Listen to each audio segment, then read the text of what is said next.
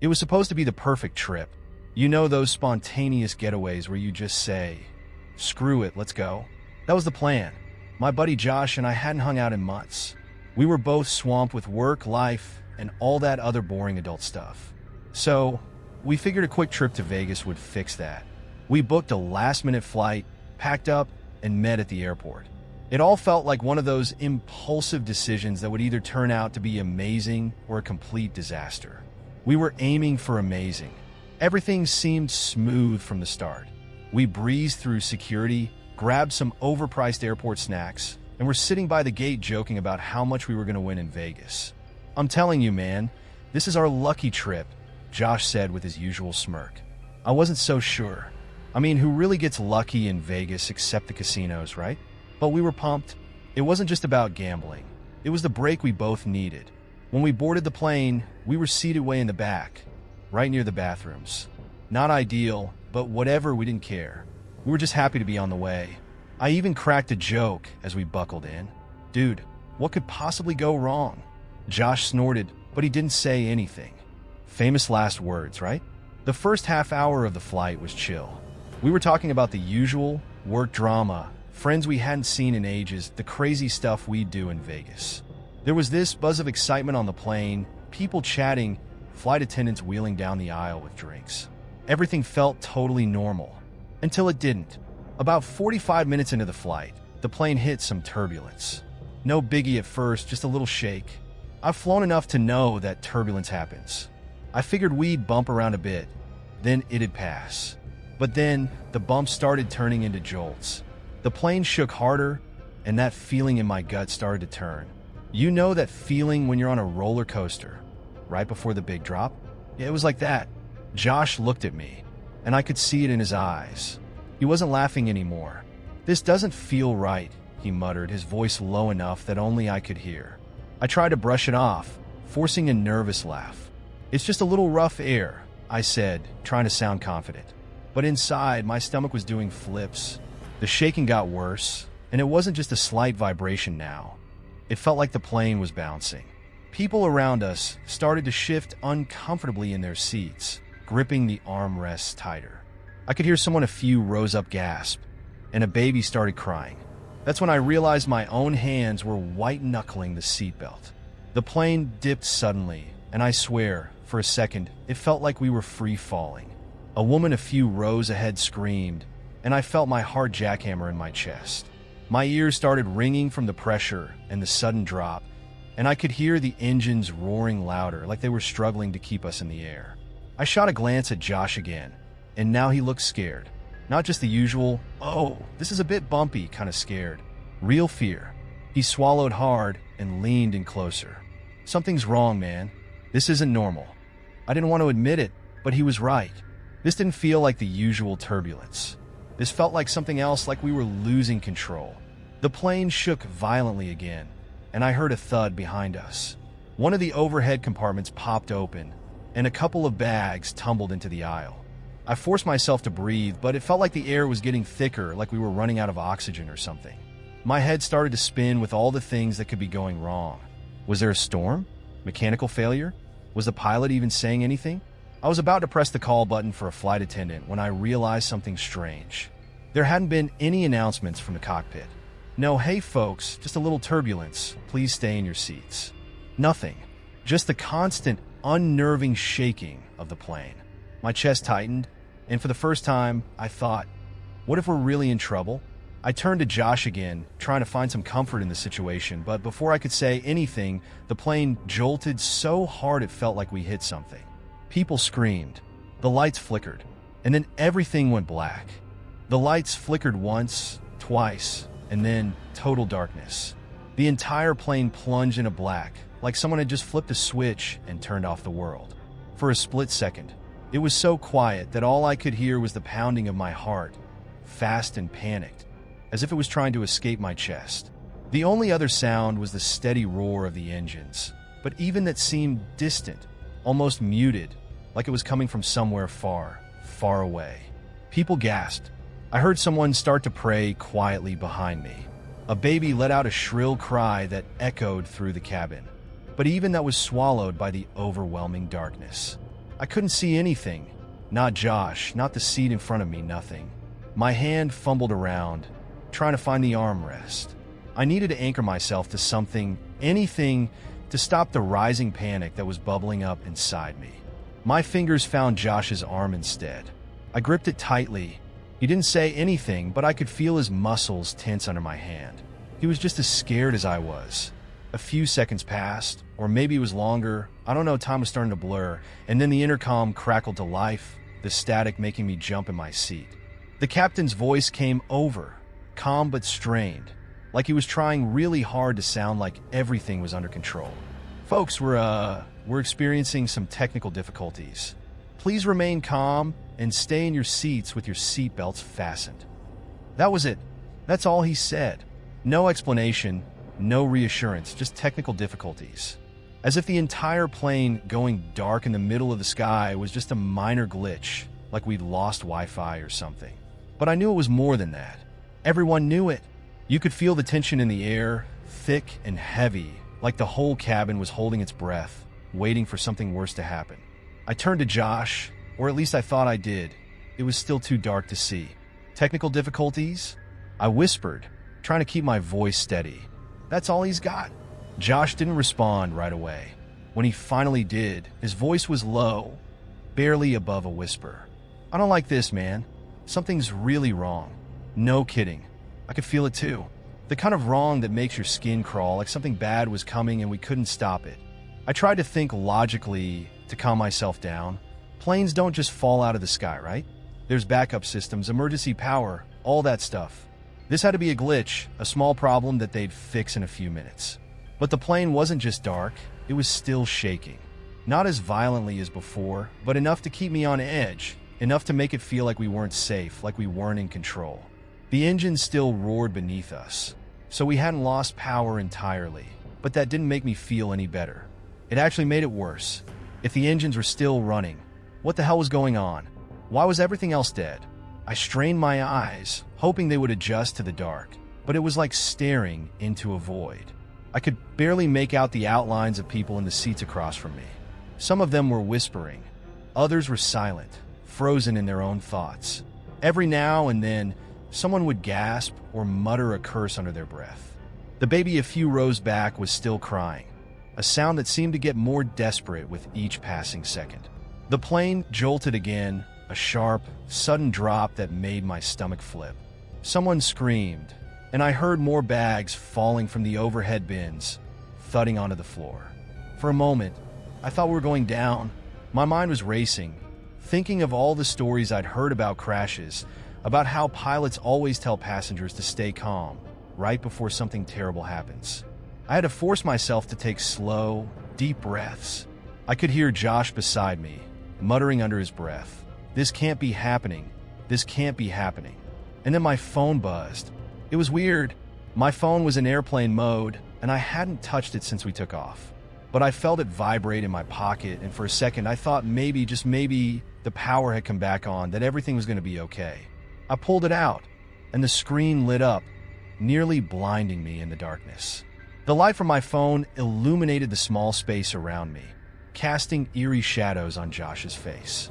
He squinted at the brightness, his eyes wide and anxious. There was a message. No number, no contact, just a single word glowing on the screen. Run. What the hell? I muttered, showing it to Josh. He stared at it for a long second before shaking his head. Who sent that? I didn't know. I had no idea. But before I could even begin to make sense of it, Josh's phone buzzed in his pocket too. He fished it out, and his face paled as he read the message. It was the same. Run. We looked at each other, both of us trying to process what was happening. Why would anyone send a message like that? We were 30,000 feet in the air. Where the hell were we supposed to run to? I glanced around, looking to see if anyone else had their phones out, if anyone else was getting the same weird texts. But no one seemed to notice. The other passengers were still just sitting there, gripping their seats or whispering to each other. No one was panicking. Not yet. But something was seriously wrong. The lights were still out. The plane was still shaking. And now these creepy messages were appearing out of nowhere. Then it hit me. Where were the flight attendants? We hadn't seen any of them since before the lights went out. Not a single one. No one walking down the aisles, no one checking on passengers. That wasn't normal. Flight attendants are trained for this kind of thing, right? They're supposed to keep people calm, explain what's going on. But there was nothing, just silence and darkness.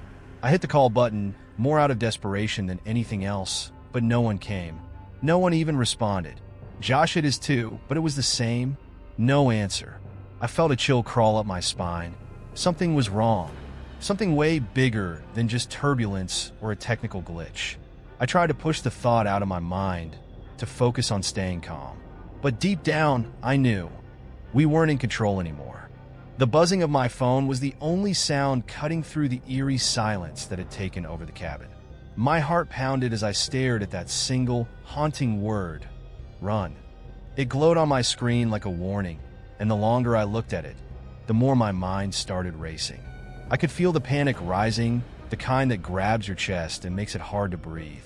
Josh, this has to be some kind of joke, right? I said, my voice shaky, as I held up my phone again. Josh didn't answer right away. He was staring at his own phone, the same message lighting up his screen, his face tight with confusion. A joke? Who the hell would pull a prank like this at a time like this? His voice was barely more than a whisper, like he was afraid of speaking too loud. I wanted to believe it was just some glitch or a prank, but deep down, I knew something was off. It didn't make sense. No one had reception this high up in the air, and with airplane mode on, there shouldn't have been any messages coming through at all. And if it was a joke, why weren't other people reacting? Why wasn't anyone else getting these creepy messages? The lights were still out, the turbulence had calmed, but the air inside the plane felt thick, heavy with fear. I looked around, trying to see if anyone else had noticed anything weird, but people were just sitting there tense, whispering quietly or staring straight ahead, gripping their armrests like they were afraid the plane might start shaking again at any second. But something was different now. The air felt colder, and it wasn't just from the busted ASC. It was the kind of cold that creeps into your bones, makes the hairs on the back of your neck stand up, and tells you that something's not right. And that's when I realized the flight attendants were still gone. No one had walked up the aisles in what felt like forever. No one had checked on us, reassured us that everything was okay, or told us what the hell was happening. I hadn't noticed at first because of the darkness and the shaking, but now it hit me like a punch to the gut. The flight crew was gone. Disappeared. I nudged Josh.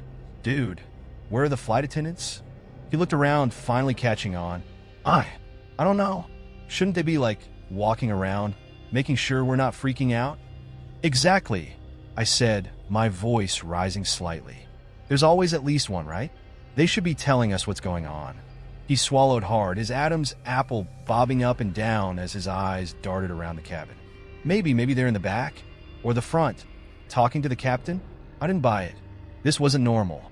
Flight attendants don't just vanish. I glanced at the front of the plane, squinting in the dim light from my phone, but I couldn't see past the curtain separating first class. For all I knew, the cockpit door was wide open, or maybe the pilots were gone too.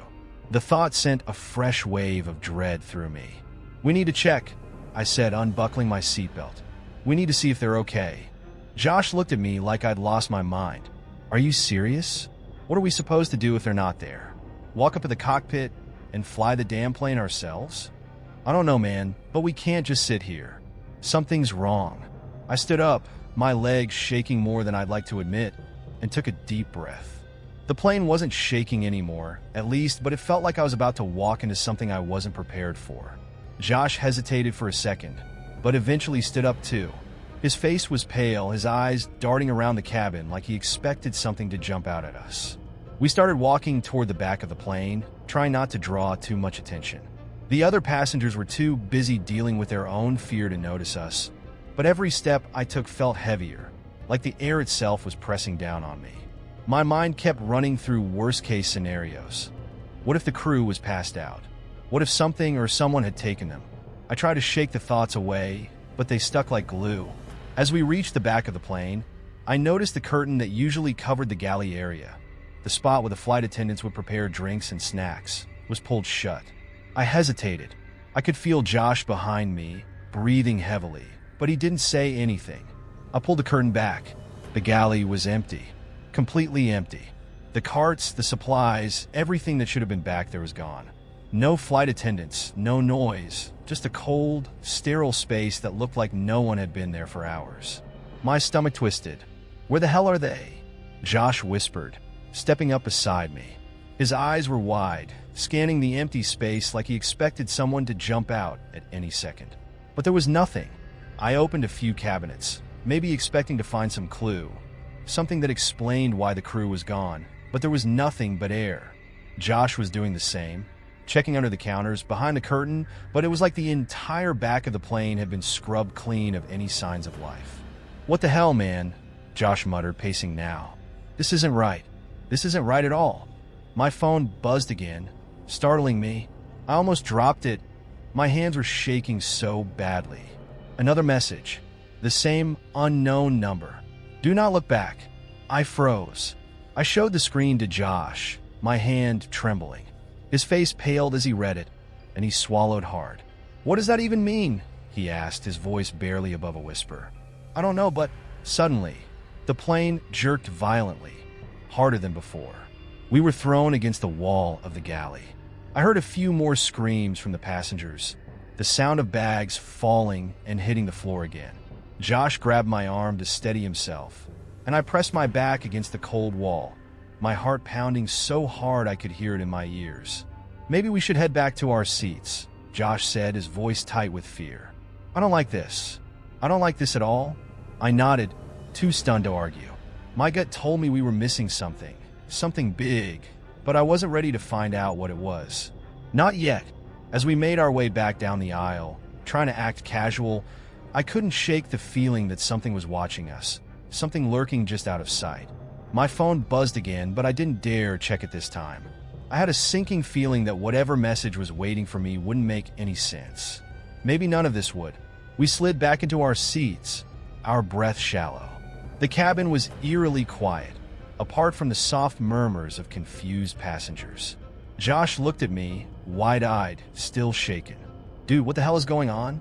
I didn't have an answer, but deep down, I knew this wasn't just a case of bad turbulence. Whatever was happening, it was just the beginning. Josh and I sat in our seats, barely breathing, trying to make sense of what we'd just seen, or rather, what we hadn't seen. The back of the plane was empty, the flight attendants had disappeared, and we were getting these creepy text messages. None of it made sense. My mind kept replaying that last message. "Do not look back." What did it even mean? And who was sending these texts? The plane had finally stopped shaking, but the tension in the air was worse than ever. Everyone around us was still on edge, whispering to each other, gripping their armrests, and glancing nervously toward the front of the plane. No one knew what was going on, but the unease was contagious. I could feel it like a weight on my chest. I turned to Josh. "We need to tell someone," I said, keeping my voice low. "Something's seriously wrong here." He nodded but didn't look convinced. "Tell who? Everyone's freaked out already. If we tell them the crew's gone, they'll lose it." He had a point. The last thing we needed was to cause a full-blown panic. But we couldn't just sit here and pretend everything was okay. I glanced around, trying to spot someone who looked like they had a clue, maybe a frequent flyer or someone who seemed calm enough to help. But everyone looked just as lost as we were. And then it hit me. Where was the captain? No announcements. No flight attendants. No captain. I stood up, feeling that cold pit of fear settle deeper in my stomach. I couldn't just sit there and wait for something worse to happen. "I'm going to the front of the plane," I said. "If the crew's not in the back, maybe they're up front." Josh grabbed my arm, his eyes wide with worry. "Dude, no. You heard the message. What if it's some kind of warning? What if something happens when you go up there?" I hesitated. He wasn't wrong. The messages were weird, and every instinct I had was screaming at me to stay put. But if no one else was going to figure out what was going on, we had to. I couldn't sit in the dark, literally and figuratively, not knowing. "I'll be quick," I promised. "Just stay here." Josh let go of my arm, but he didn't look happy about it. I knew he wasn't going to follow me. He looked like he was one bad jolt away from a full panic attack, and I didn't blame him.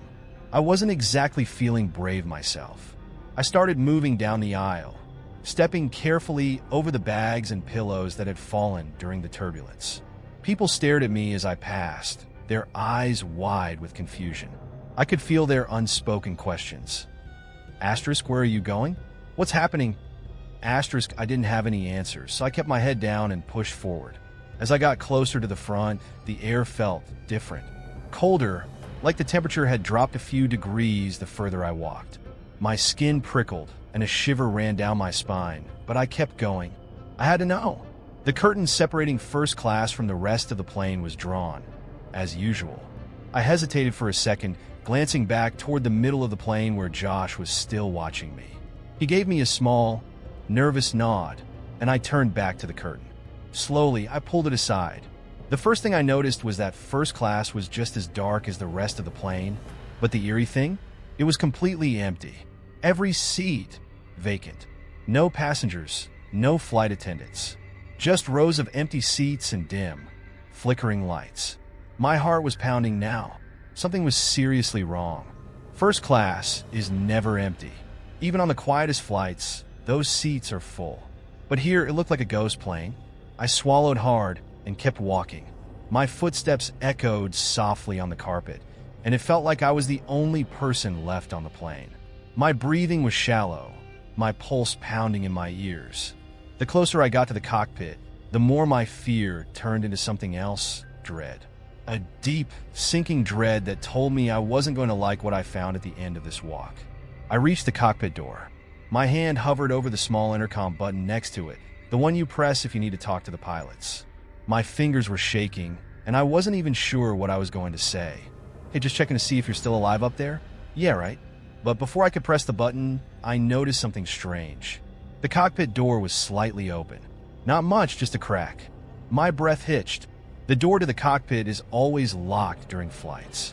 Always. I took a step back, my heart slamming against my ribs. What the hell was going on? I debated with myself for a few seconds, my mind racing. Should I open the door? What if the pilots were in trouble? What if there was something worse waiting on the other side?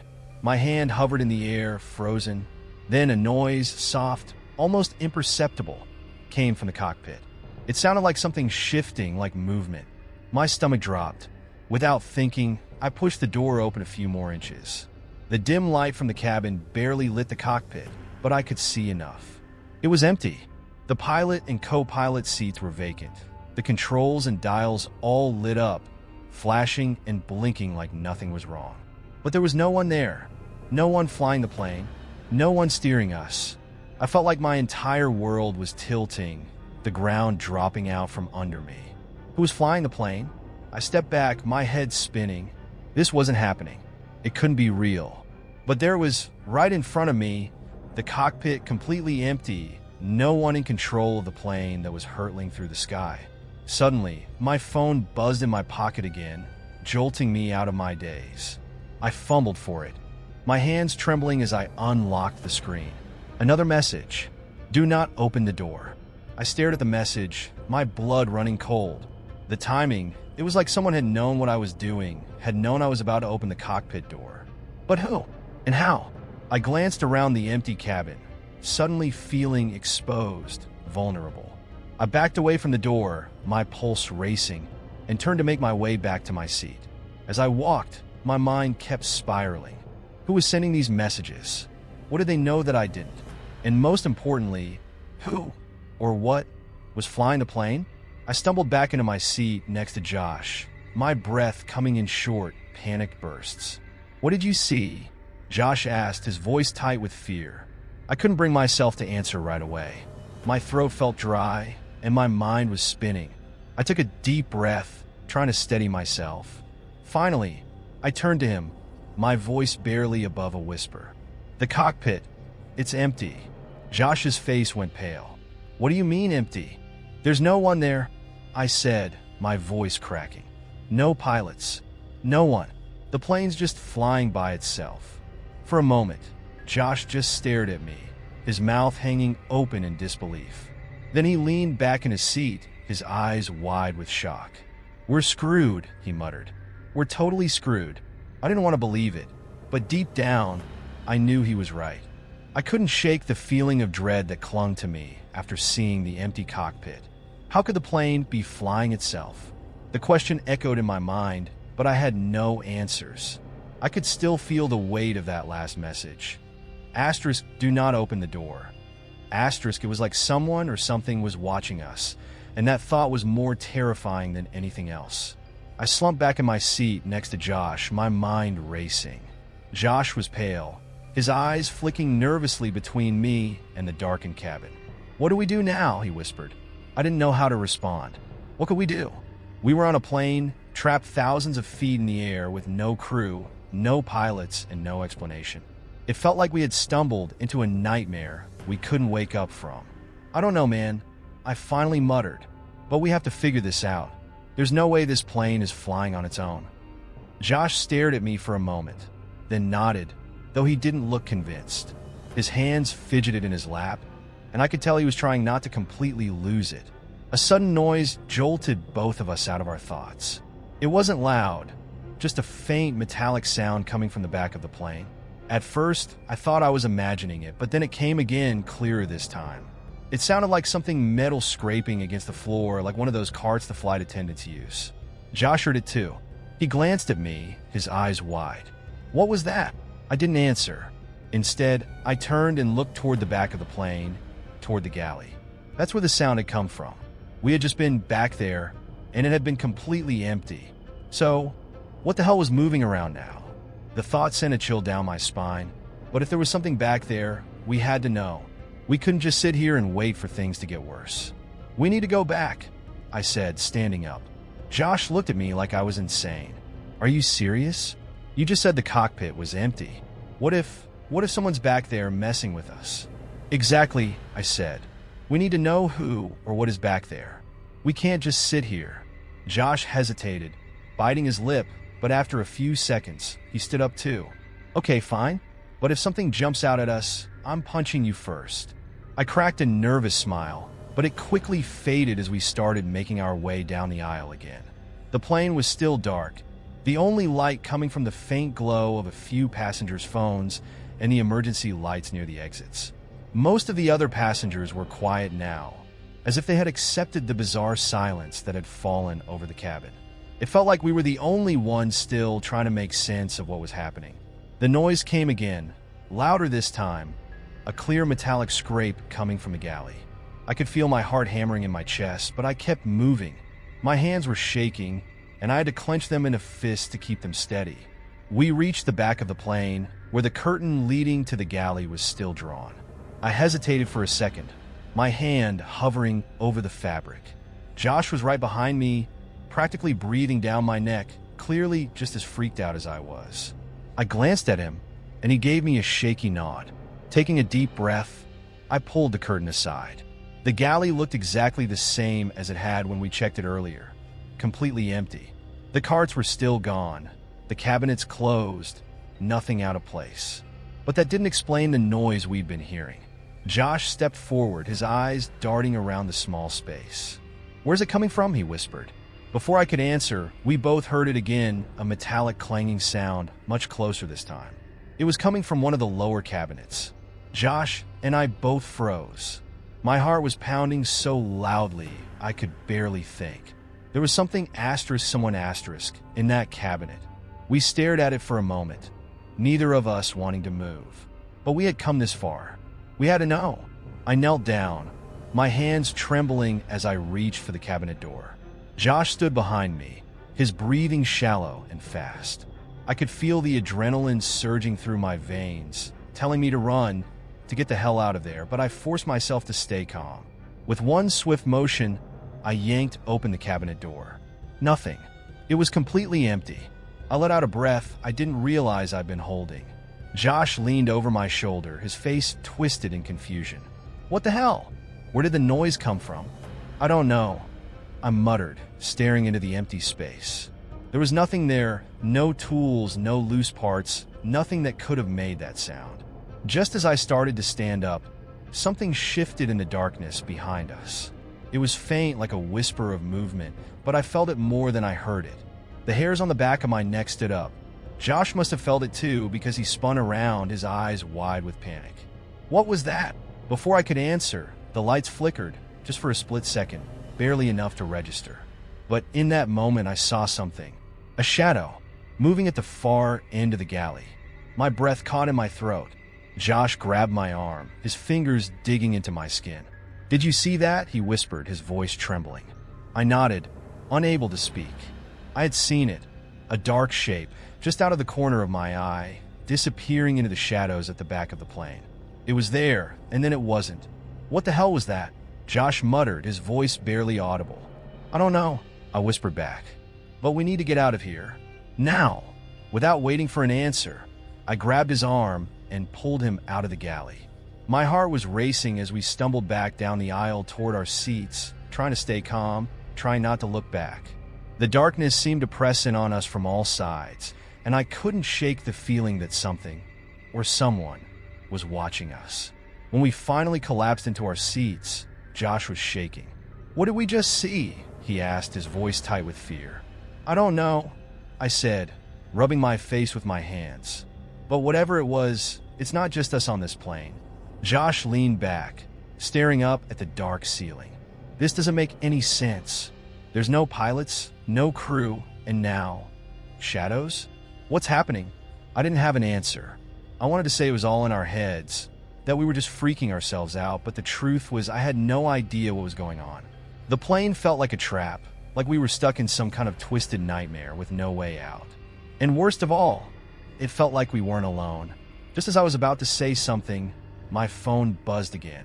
My stomach dropped as I pulled it out of my pocket, dreading what I might see. Another message. 3 words this time. "Do not move." I stared at the screen, my mind racing. "Josh," I whispered, my voice shaking. "We need to stay still."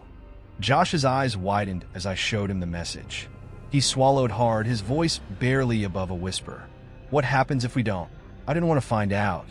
For a long moment, neither of us moved. We just sat there, frozen, staring at my phone screen. The message, "*Do not move*, was so direct, so urgent, it felt like a threat. My heart raced, and every instinct in my body was telling me to run, to get out of that plane, but I knew that wasn't an option. We were trapped. Beside me, Josh was breathing heavily, his hands gripping the armrests so tightly his knuckles were white. "What the hell does that mean?" he whispered, his voice cracking. "Do not move? What are we supposed to do?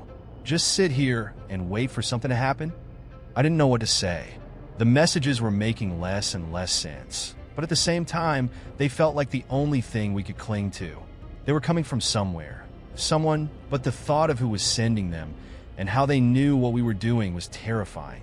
And then, out of nowhere, I felt it. A sudden, creeping sensation that made the hair on the back of my neck stand up.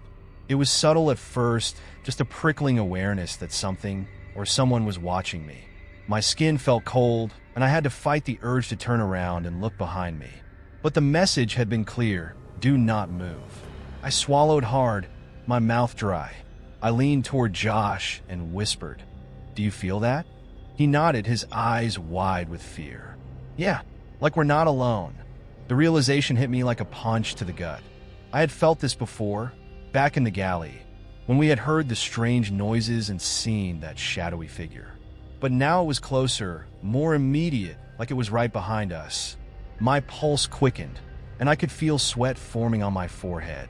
Slowly, carefully, I shifted my eyes toward the aisle without turning my head. My body was rigid, every muscle tense, but I had to see if there was anything out there. And that's when I noticed him, a man sitting alone in seat 13B. I hadn't noticed him before, which was strange because he was sitting just a few rows ahead of us. But now that I saw him, I couldn't look away.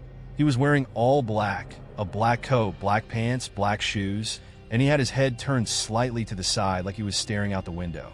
But something about him was off. His posture was too stiff, too perfect, like he wasn't really relaxed. And he wasn't moving. At all. "Josh," I whispered, my voice barely audible. "Look at 13B. Josh glanced toward the seat, then quickly looked back at me, his face pale. "Where did he come from?" he whispered. "I don't remember seeing him before." "Me neither," I said, my voice shaky. "But he's been there this whole time." The more I looked at him, the stranger it seemed. He wasn't fidgeting like everyone else. He wasn't talking to anyone or checking his phone. He was just sitting there, completely still. And then, As if sensing our eyes on him, the man in 13B slowly turned his head toward us. I felt my breath catch in my throat. His face was partially in shadow, but I could see just enough. His skin was pale, almost unnaturally so, and his eyes were covered by dark sunglasses. Why was he wearing sunglasses in the middle of a dark plane? I wanted to look away, but I couldn't. There was something about him that felt wrong, like he didn't belong there. His gaze lingered on us for a few seconds, and then, without a word, he turned his head back toward the window, as if nothing had happened. My chest tightened, and I forced myself to look back at Josh. "Did you see that?" I whispered. Josh nodded, his face etched with fear. "Who the hell is that guy?" "I don't know," I said, my mind racing.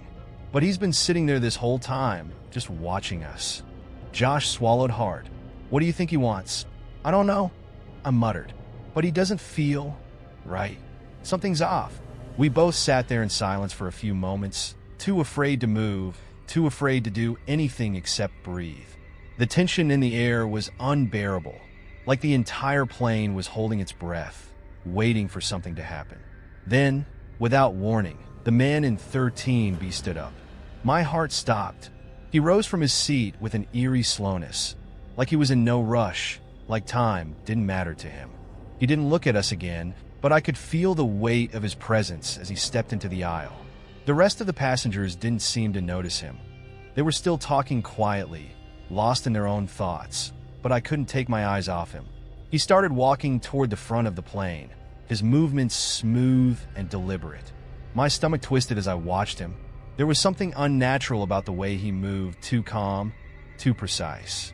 It was like he wasn't even human. "What's he doing?" Josh whispered, his voice trembling. "I don't know," I whispered back, my pulse racing. "But I don't think we should follow him." The man continued walking, passing row after row of passengers who didn't seem to notice him at all. It was like he was invisible, a ghost moving through the plane without leaving a trace. And then, just as he reached the curtain separating the first-class cabin from the rest of the plane, he stopped. He stood there for a moment, his back to us, his head tilted slightly to the side, as if he was listening to something we couldn't hear. My phone buzzed again. I nearly dropped it. My hands were shaking so badly. Another message. This one was short. "Do not let him open the door." I showed the message to Josh, my hands trembling. He stared at it, his face pale. "What do we do?" he whispered. "We can't just let him open it." I glanced back at the man in 13B. He was still standing in front of the curtain, his hand hovering just inches from the edge. My heart pounded in my chest, and I could feel the adrenaline surging through me, but I didn't know what to do. "Maybe he's trying to get to the cockpit," I said, my voice barely audible. "But the cockpit's already empty. There's no one in there." Josh shook his head, his voice tight with fear. "It doesn't matter. Whatever he's doing, we can't let him do it." Before I could respond, the man in 13B reached for the curtain. Every instinct in my body screamed at me to stop him, but my feet were glued to the floor. I couldn't move. I couldn't speak. All I could do was watch as he slowly pulled the curtain aside and stepped through, disappearing into the first-class cabin. The plane was silent, too silent. Josh and I stared at each other, our hearts racing. We both knew the same thing. Something terrible was about to happen. My phone buzzed again, but I didn't need to look at it to know what the message would say. It's too late. For what felt like an eternity, Josh and I sat there, frozen, staring at the empty space where the man in 13B had disappeared through the curtain. The whole plane felt unnervingly still. The hum of the engines droned on, but everything else seemed suspended, like we were trapped in some nightmare between time and space. My skin prickled with the same dread I had felt the entire flight, but now it was suffocating. I couldn't shake the sensation that something awful was just around the corner. Josh's voice broke the silence, low and shaking. "Do you think he's gone?" I didn't know how to answer. It felt like we had crossed a line the moment that guy stood up, and nothing made sense anymore. I wanted to believe he had just wandered off, that maybe it was all some weird coincidence. But deep down, I knew better. Before I could respond, the plane lurched forward, a sudden dip that made my stomach drop. I gripped the armrest, my pulse skyrocketing. Around us, passengers gasped, some grabbing onto seats in front of them for stability. My mind raced back to the cockpit, empty, abandoned. Who was controlling the plane? Was anyone controlling the plane? The intercom crackled to life, a harsh burst of static that made everyone in the cabin jump. I held my breath, waiting for the captain's voice, praying for some kind of explanation that would make sense, that would let me believe everything was under control. But the voice that came through wasn't what I expected. It was distorted, low, and slow, almost mechanical. The words were hard to make out at first, but they sent a chill down my spine. Ladies and gentlemen, we are experiencing a severe emergency. The voice paused, as if it was searching for the right words. It sounded wrong, not human, like whoever or whatever was speaking didn't quite know how to communicate. We will be making an emergency landing, brace for impact. A collective gasp rippled through the cabin. People started whispering frantically, their faces filled with fear. I could hear someone crying a few rows ahead of us, and the baby from earlier was wailing again. Panic was spreading like wildfire. But the worst part? We were in the middle of the sky. I looked out the window and saw nothing but thick clouds. We weren't anywhere near an airport. There was no runway below us, no city lights, just endless gray. My chest tightened as I turned to Josh, who looked just as terrified as I felt. "What the hell is happening?" he whispered, his voice hoarse. "I don't know," I muttered. But that voice, that wasn't the captain. The plane dipped again, harder this time, and I felt the blood drain from my face. This wasn't just turbulence anymore. The plane was descending. Fast. The sound of the engines shifted, growing louder, almost like a scream, as if the plane itself was straining against gravity, trying to stay in the air. "Brace for impact," the voice repeated over the intercom. But this time it sounded even more distorted, like it was coming from far away, echoing through the cabin. Josh gripped my arm, his fingers digging in painfully. "We need to do something," he said, his voice breaking with panic. "We can't just sit here and let this happen." I knew he was right. But what could we do? I had seen the cockpit. There was no one flying the plane. My thoughts raced, trying to come up with a plan, but I felt utterly powerless. I had never felt so helpless in my life. Suddenly, out of the corner of my eye, I saw movement at the front of the plane. The curtain to the first-class cabin was pulled aside, and my heart leapt into my throat. It was the man from 13B. He was back. He walked slowly, deliberately, down the aisle, his expression as blank as before. His sunglasses were still on, and his face was pale, unnaturally so, like he had never seen sunlight. He moved with the same eerie calm as before, completely unfazed by the chaos around him. People were starting to scream, the fear spreading through the cabin, but he didn't even glance in their direction. It was like he was in his own world, disconnected from everything happening on the plane. Josh's grip tightened on my arm. "What the hell is he doing?" he whispered, his voice trembling. I couldn't answer. I couldn't even breathe. My eyes were locked on the man as he walked past us, his movements slow and deliberate. I wanted to reach out to stop him, to demand answers, but my body wouldn't move. I was paralyzed by fear. As he passed, I noticed something in his hand, something small, metallic. It was almost hidden in his grip, but I caught a glimpse of it. A key. The man from 13B walked all the way to the back of the plane, disappearing into the galley. My heart pounded in my ears, and I realized I had been holding my breath. I exhaled shakily, glancing at Josh, who was pale as a ghost. What was that?" Josh stammered, his voice barely audible. "I don't know," I whispered back. "But he had a key." "A key? To what?" "I don't know," I repeated, my mind racing. "But we need to find out what he's doing." Before we could move, the intercom crackled to life again. This time, the voice was louder, clearer, but still wrong. "Prepare for impact." The plane lurched violently, sending us crashing against our seats. People screamed, some falling to the floor, and I heard the sound of overhead bins popping open as bags tumbled out. I gripped the armrest so hard I thought it might break. "We need to get to the back," I gasped, trying to steady myself. "We need to see what that guy is doing." Josh hesitated, but after a moment he nodded. "Okay, let's go." We unbuckled our seat belts and staggered into the aisle, gripping the seats for balance, as the plane continued to shudder and descend. Around us, passengers were in full-blown panic mode, some screaming, others praying, but all of them too terrified to do anything but brace for the inevitable. We pushed through the chaos, making our way to the back of the plane. The closer we got, the more my heart raced. My mind was screaming at me to turn back, to sit down and wait it out like everyone else, but I couldn't. We had to know what was happening. We reached the galley, the same place we had checked earlier, the same place we thought was empty. But this time, it wasn't empty. The man from 13B was there, standing in front of a small, metal panel built into the wall of the plane. It was barely noticeable, but now that I was looking at it, I realized it had been there the whole time. He was holding the key in his hand, his fingers brushing over the panel as if he was about to unlock something. "Hey!" I shouted, my voice shaking. "What the hell are you doing?" He didn't turn around. He didn't acknowledge us at all. He just slid the key into the lock on the panel and turned it. Click. The sound was quiet, barely noticeable over the roar of the engines, but it felt like a gunshot in the silence that followed. The man opened the panel. Inside was a small switch, flickering with dim red lights. My blood ran cold as I realized what it was. "Josh," I whispered, my voice trembling. That's an override switch." Before either of us could react, the man flipped the switch. Instantly, the plane's engines roared louder, and the nose of the plane tipped forward sharply. We were in free fall. We were going down. The moment the plane tipped forward, time seemed to freeze. My brain couldn't process what was happening.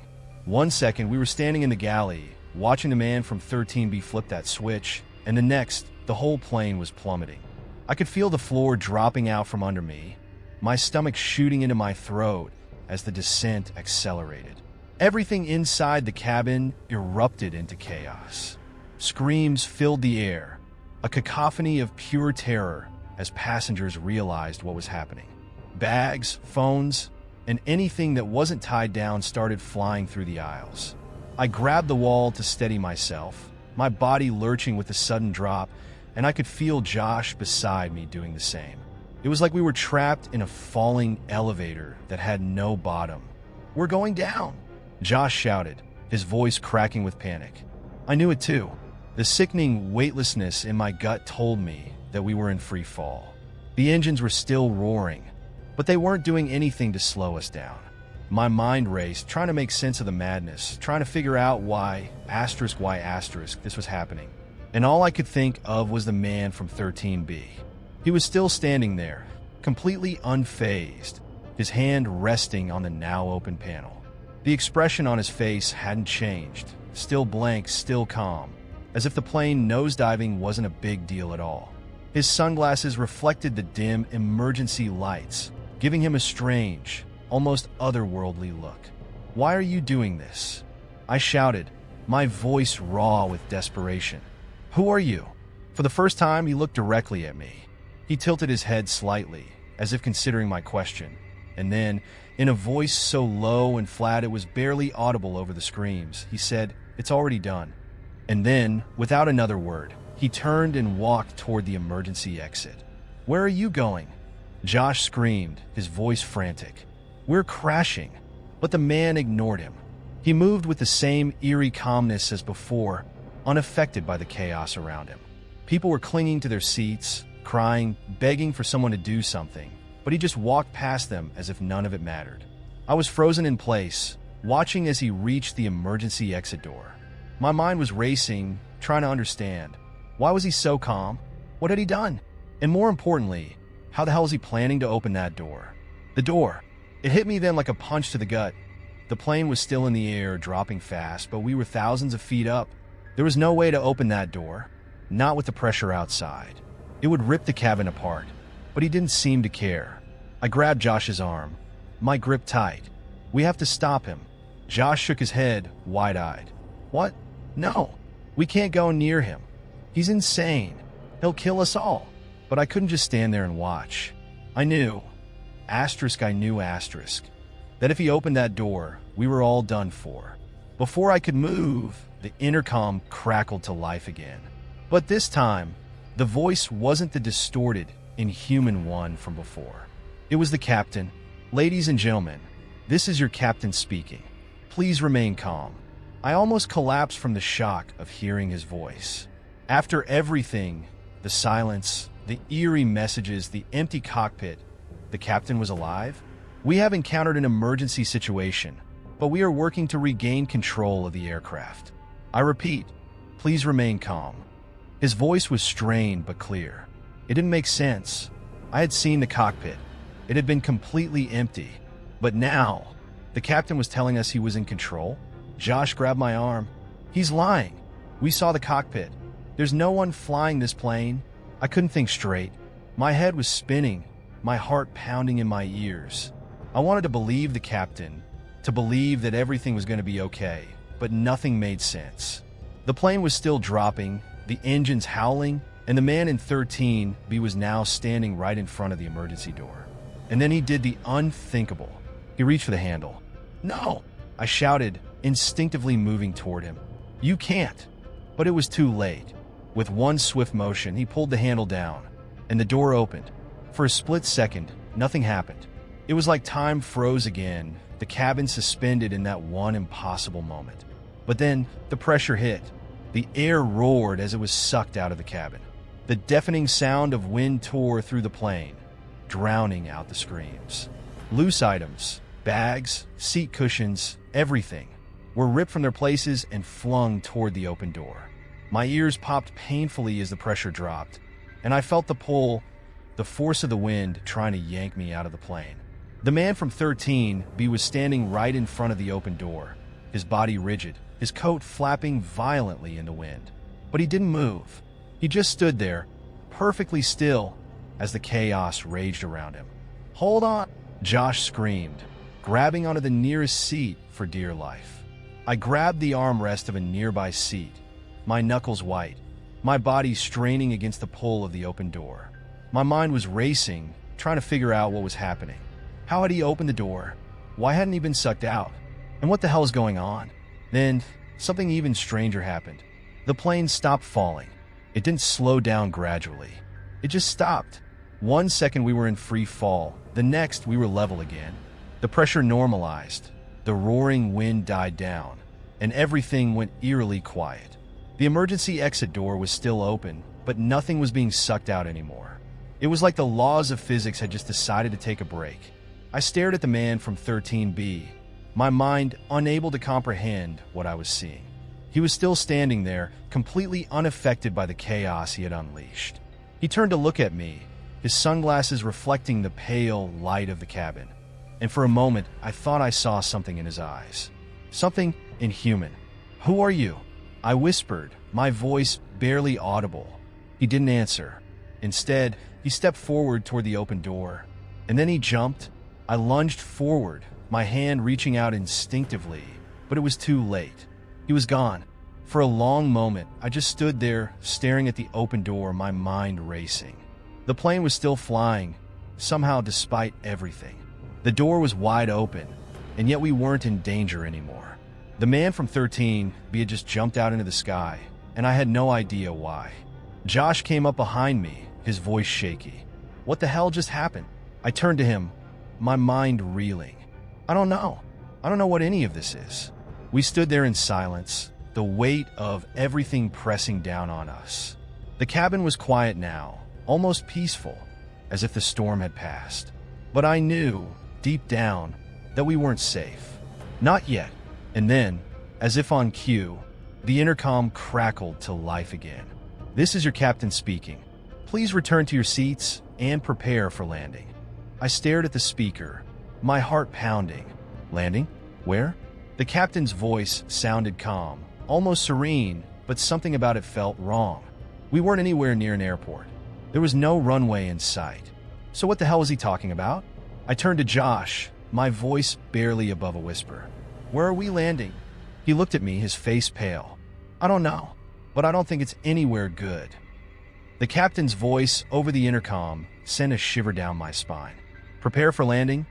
There was no runway, no city lights, nothing but thick clouds outside the window. We were thousands of feet in the air, with an open door, and a man had just jumped out into the void. Yet here we were, being told we were about to land. I turned to Josh. My stomach knotted with fear. Where are we even landing? Josh looked as pale as I felt, shaking his head slowly. I don't know, man, but something is really wrong. I mean, the cockpit was empty. You saw it. How is this plane even still flying? I had no answer for him. None of this made sense. The plane had been plummeting toward what felt like certain death, and now we were level again. But for how long? My heart pounded as I stared out the window, hoping to see anything. Land, water, a clue to where we were. But all I saw was the thick, endless gray of the clouds. I was about to suggest we go check the cockpit again when the plane started to descend. This time, it wasn't the sudden, terrifying drop from earlier. It was smooth, steady. It felt like a normal landing, except this was anything but normal. The other passengers were just as confused as we were. A few of them were whispering anxiously, while others sat wide-eyed, gripping the armrests like their lives depended on it. One woman was openly crying, her sobs muffled by the noise of the engines. But no one moved. No one dared to get out of their seats after what we had just been through. I glanced at the open emergency exit door, still ajar, the cold wind whipping softly through the cabin. No one seemed to be paying attention to it anymore, but the sight of it made my skin crawl. How were we still alive? And what had happened to the man from 13B? As we descended, I could feel the plane shaking slightly like it was struggling against something. The clouds outside began to thin, and I finally caught a glimpse of the ground below. But instead of a city or even a remote runway, I saw something that made my blood run cold. A dense, endless forest stretched out beneath us. No buildings, no roads, just miles and miles of trees, thick and dark like a vast sea of green. We weren't landing at an airport. We were descending into the middle of nowhere. "Oh my God," Josh whispered, his voice trembling. "Where are we?" "I don't know," I replied, my voice tight with fear. "But this isn't right. There's no airport. We're in the middle of a forest." As the trees grew closer, I felt the panic rising again. How could we land here? There was no space, no clearing, nothing that resembled a runway. Yet the plane kept descending, slow and steady, as if this was part of the plan all along. "This can't be happening," I muttered, gripping the armrest as the ground approached. The plane dipped lower, the tops of the trees rushing toward us. My mind raced with thoughts of how this could possibly end. Crashing into the trees, the plane breaking apart, us trapped in the wreckage. And then, just as it seemed like we were about to slam into the forest, something impossible happened. The trees parted. It was as if the forest had opened up for us, a wide, circular clearing suddenly appearing out of nowhere. One moment we were flying over an endless canopy of trees, and the next there was a perfectly smooth patch of ground directly below us, just large enough for the plane to land. It didn't make any sense. It was like the forest had moved. I turned to Josh, my voice shaking. "Did you see that?" Josh nodded, his eyes wide with disbelief. "Yeah, the trees, they just moved. How is that possible?" "I don't know," I whispered, my throat dry. "But this isn't normal. None of this is normal." The landing gear deployed with a mechanical whir, and the plane gently touched down on the clearing. The wheels hit the ground with a soft bump, and before I could even process what was happening, the plane rolled to a smooth stop. No jolt, no screeching brakes, just a quiet, almost peaceful end to what had been the most terrifying flight of my life. For a moment, there was complete silence in the cabin. No one spoke. No one moved. We were all too stunned to react. The plane had landed in the middle of a forest, and we were still alive. The intercom crackled to life again, but this time, the captain's voice sounded different. Calm, almost robotic, as if nothing strange had just happened. "Ladies and gentlemen, we have arrived at our destination. Please gather your belongings and prepare to disembark." Disembark? Here? In the middle of a forest? My brain couldn't keep up. This was wrong. This wasn't where we were supposed to be. Josh leaned closer, his voice low and urgent. "We can't get off the plane, man. This place, it's not right." "I know," I whispered, my hands trembling. "But what are we supposed to do? We can't stay on the plane forever." People around us were slowly starting to stand up, confused and disoriented, but obediently following the captain's instructions. Some grabbed their bags from the overhead compartments, while others hesitated, looking around as if waiting for someone to tell them what was going on. I couldn't shake the feeling that we were being watched. That same creeping dread that had been with me since the strange messages started was back, stronger than ever. Whatever was out there, beyond the plane, wasn't normal. It wasn't safe. Josh and I stayed seated as the other passengers began filing toward the exit. I could hear some of them whispering anxiously, others asking questions that no one had answers to. But no one seemed to be panicking anymore. It was like they had accepted their fate, whatever that was. "We should stay," Josh whispered, his voice barely audible. "We shouldn't leave the plane." "Not yet." I nodded, but deep down, I knew we couldn't stay forever. Eventually, we'd have to make a choice. And then, out of nowhere, my phone buzzed again.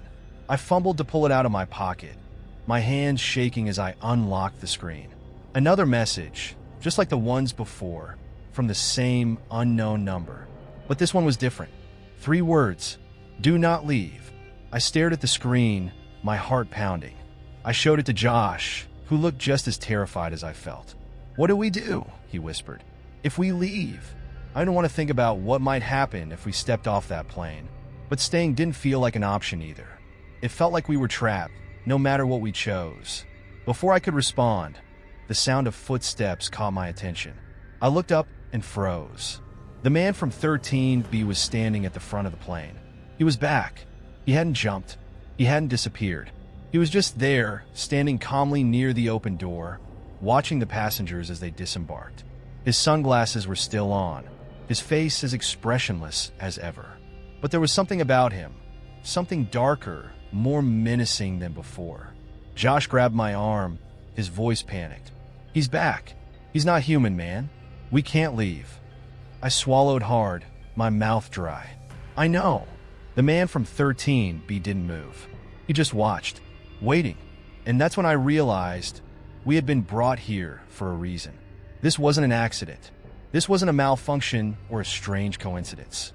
We were being led, manipulated, and now we were at the end of the line. Whatever was waiting for us out there, in that forest, was part of the plan. "We can't stay here," I whispered, my voice barely audible. "But if we leave, we might never come back." Josh looked at me, his face pale with fear. "So what do we do?" I didn't know the answer.